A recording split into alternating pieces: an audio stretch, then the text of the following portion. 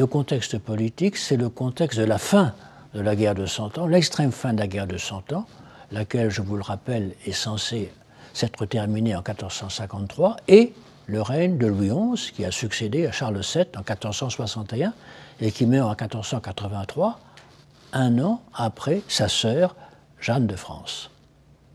Alors c'est une époque difficile pour la royauté, et puis également il faut songer qu'il y avait à la fois le problème anglais, puisque les rois d'Angleterre n'avaient pas renoncé au trône de France, et le problème bourguignon.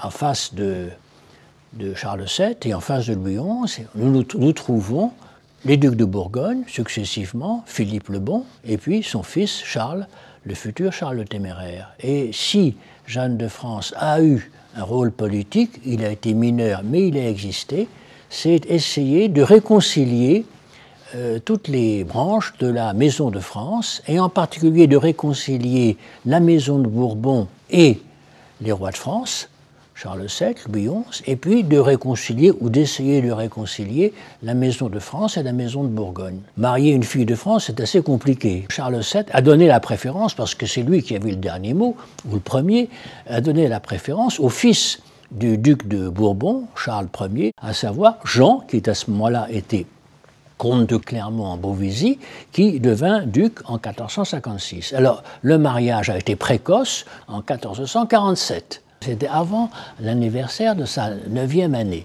Mais en réalité, le mariage n'a pas été consommé, il a été simplement en 1452. On pense que ce livre d'heures a été réalisé pour son mariage en 1452. On sait que ce livre d'heures a appartenu à Jeanne de France pour 4 éléments. Le premier, c'est qu'il porte ses armes qui sont mi-partie de Bourbon, c'est-à-dire d'azur aux fleurs de lys d'or, avec une brisure de gueule qui broche l'ensemble, et d'autre part partie de France, donc d'azur aux fleurs de lys d'or. Le deuxième élément, c'est la présence d'une princesse en prière à la fin de l'office de la Passion, donc pour Complis, où elle prie devant une mise au tombeau, ce qui d'ailleurs est assez rare, en fait, ce qui suggère une piété un peu souffrante de l'horiste. Le troisième élément, c'est qu'on y trouve représenté son saint patron qui est Saint Jean-Baptiste et que l'on voit dans l'office de la Vierge. Et puis le quatrième élément, le plus mystérieux, le plus charmant, c'est que figure dans le manuscrit une genette. Une genette, c'est un petit animal qui ressemble à un chat, à un petit chat qui est tacheté, qui a une longue queue et dont la princesse a fait sa devise. On la retrouve plus tard dans d'autres manuscrits. C'est un manuscrit qui est tout petit puisqu'il fait environ 10 cm de hauteur et qui a 350 feuillets, ce qui veut dire 700 pages.